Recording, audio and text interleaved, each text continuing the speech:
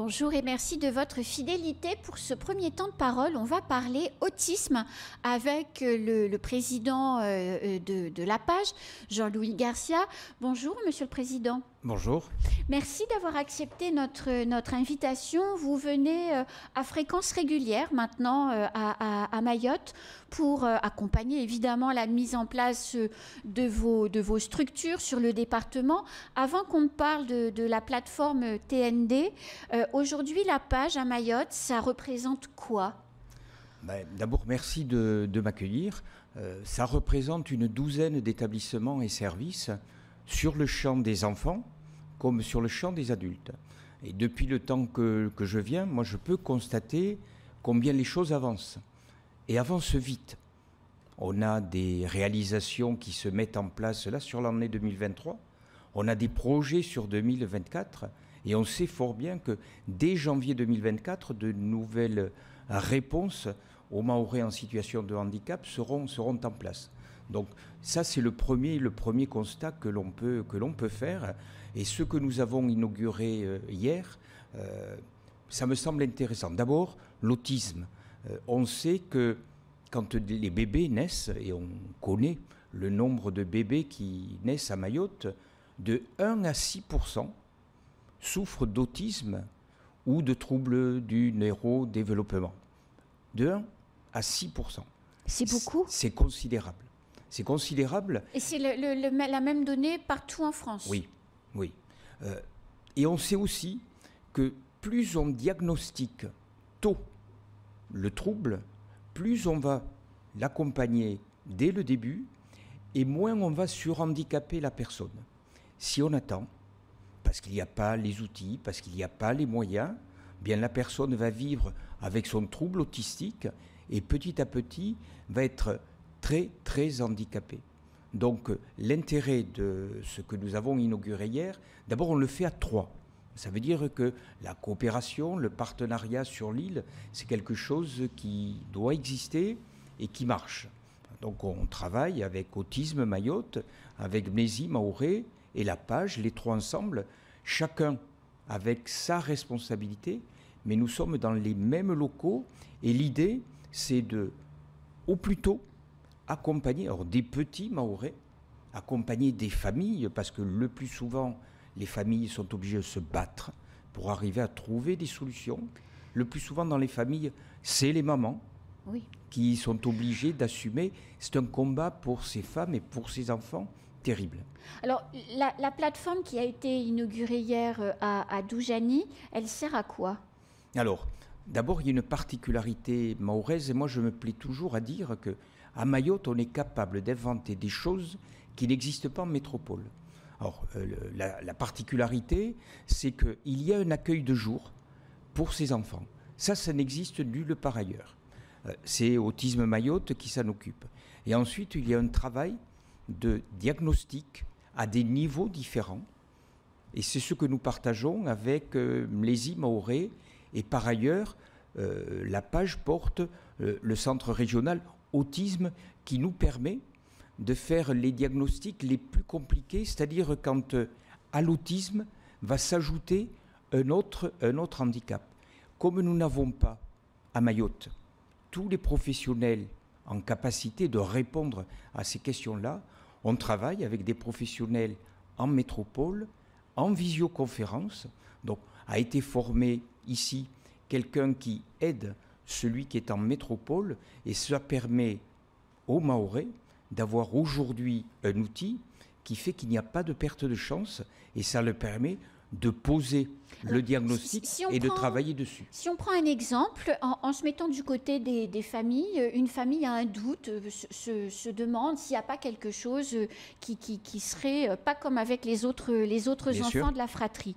Que doit faire cette famille ? Il faut qu'elle aille à la plateforme et là, elle va être prise en compte, accompagnée. Elle va être mise en relation avec d'autres mamans qui ont déjà connu ça, qui ont vécu cette galère, parce que ça peut être une galère pour les familles, pour dédramatiser la situation et rentrer dans ce parcours où on va poser le diagnostic et derrière trouver les accompagnements les meilleurs. Et le diagnostic sera posé en lien avec un spécialiste de métropole. Oui. C'est ça l'objet de la plateforme. On accueille la famille, on pose le diagnostic, et une fois que le diagnostic est posé, qu'est-ce qui se passe?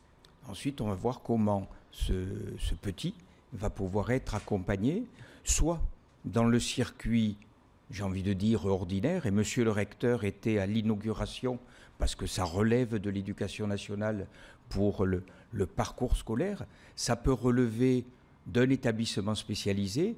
Moi, hier après-midi, j'étais à Mangajou, où nous avons un institut médico-éducatif, où nous accueillons des enfants jusqu'à l'âge de 20 ans, des jeunes autistes, et puis se créent des structures. Unité d'enseignement élémentaire. Unité d'enseignement élémentaire, nous en gérons une à Bandrélé. C'est un groupe de 7 enfants, 7, pas plus, avec un enseignant et une équipe du médico-social, c'est-à-dire une équipe de la page qui accompagne ces enfants. C'est dans cette unité à Bandrélé, dans une école? Dans une école comme toutes les autres. Donc en fait, les enfants pris en charge vont à la récréation avec les autres enfants. L'enseignant, c'est un enseignant de l'éducation nationale, mais à l'intérieur de la classe, ils ne sont que 7. Et dans cette classe, il y a d'autres professionnels qui accompagnent les enfants. Et ces enfants-là, à Bandrélé, ils ont quel âge? Alors c'est des tout petits. D'accord. On prend des enfants qui ont l'âge de l'école élémentaire, donc le niveau en termes d'âge du cours préparatoire, 5-6 ans.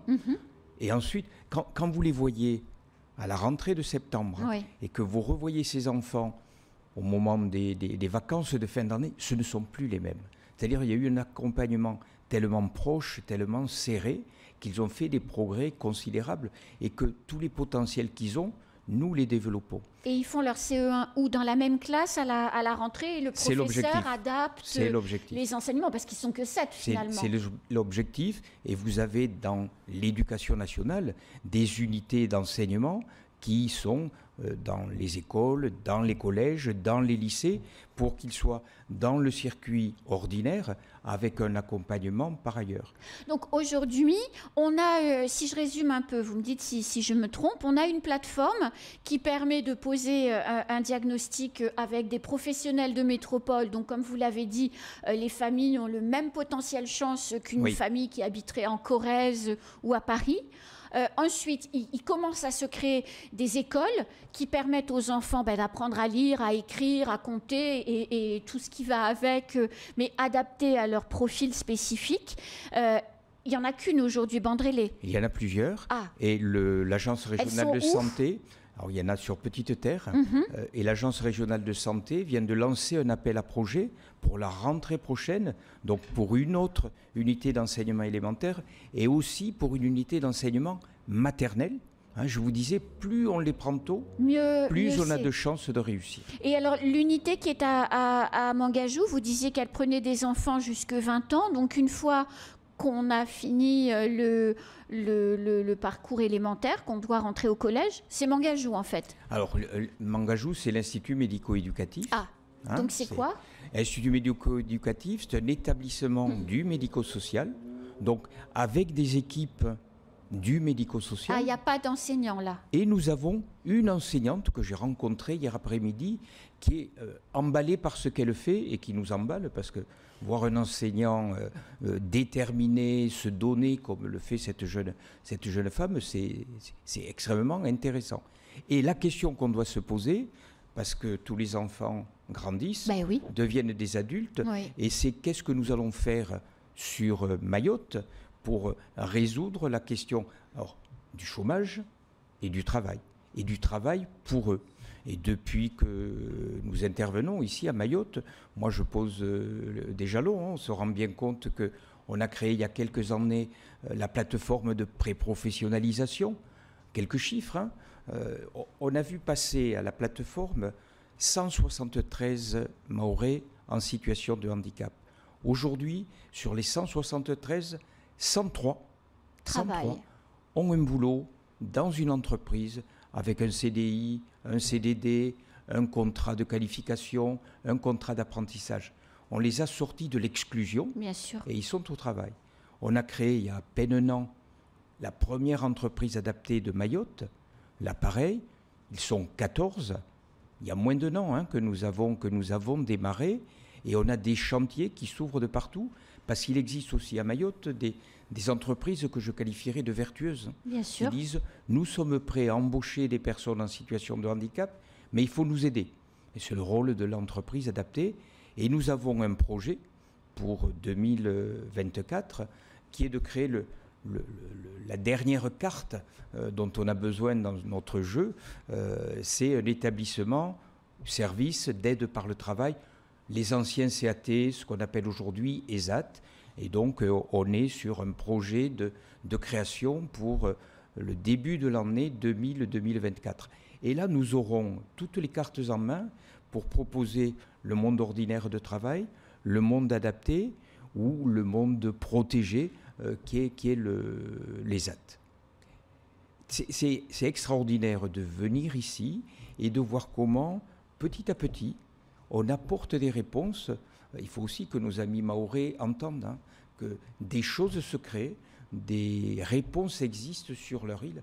Bien sûr, ce n'est pas suffisant, bien sûr, il en manque, mais en peu de temps, qu'est-ce qu'on a avancé? Et ça, c'est bien parce que ça rétablit aussi l'égalité républicaine sur les territoires. Il n'y a pas de raison qu'on soit un peu en retard par rapport aux autres. Alors, il y a un des sujets qui revient souvent et surtout en ce moment sur la table, c'est l'attractivité du département. Et il est vrai que dans vos structures, je suppose que vous avez besoin de recruter du personnel qualifié, extrêmement spécialisé. Comment on fait pour recruter? Est-ce que vous formez des Mahorais? Est-ce que vous faites venir des gens de métropole? Comment vous gérez cette problématique? Alors, la question de l'attractivité des métiers, elle est nationale. Oui. On est en grande difficulté et le Ségur de la santé nous a fait très très mal. C'est-à-dire que nos responsables nationaux ont oublié le médico-social, ils l'ont rattrapé petit à petit par petits morceaux, c'est insatisfaisant et donc nous avons des difficultés. Quand on est à Mayotte, l'idée quand même c'est de faire travailler des Mahorais. Donc oui, nous les formons.